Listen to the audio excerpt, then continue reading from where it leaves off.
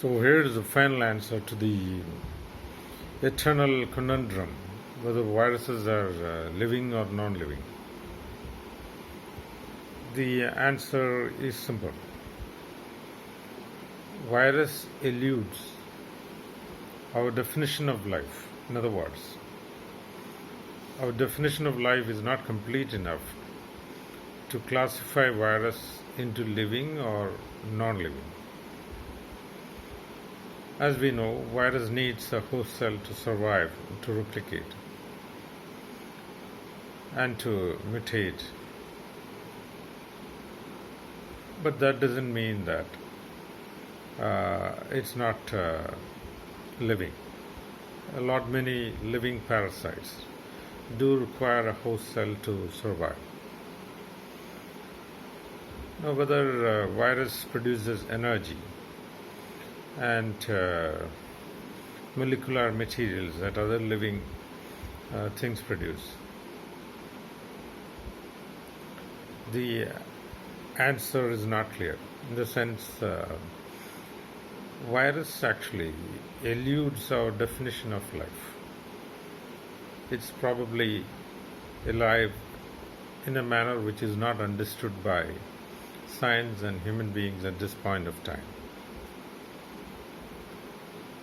But when a virus infects a cell, it leads to certain permanent genetic changes in the DNA and RNA structure of the cell,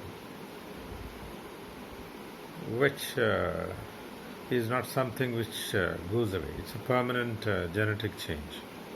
In other words, a virus actually does gene modification of the host.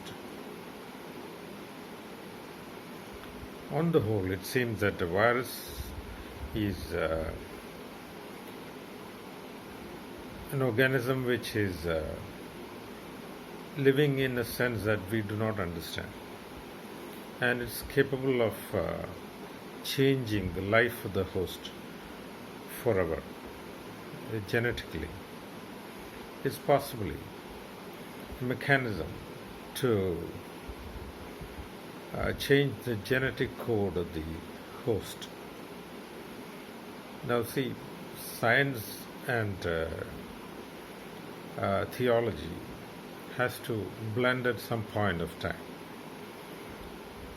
Probably one reason why the highest degree in science is called PhD, Doctor of Philosophy.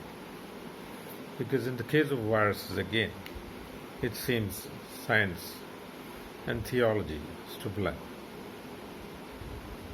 Someone or some force is planting a thing called a virus to genetically modify the host organism.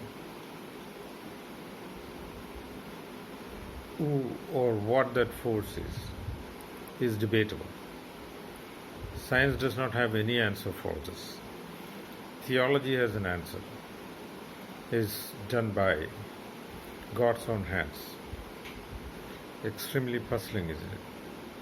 But then the answer is too far and probably will never be answered.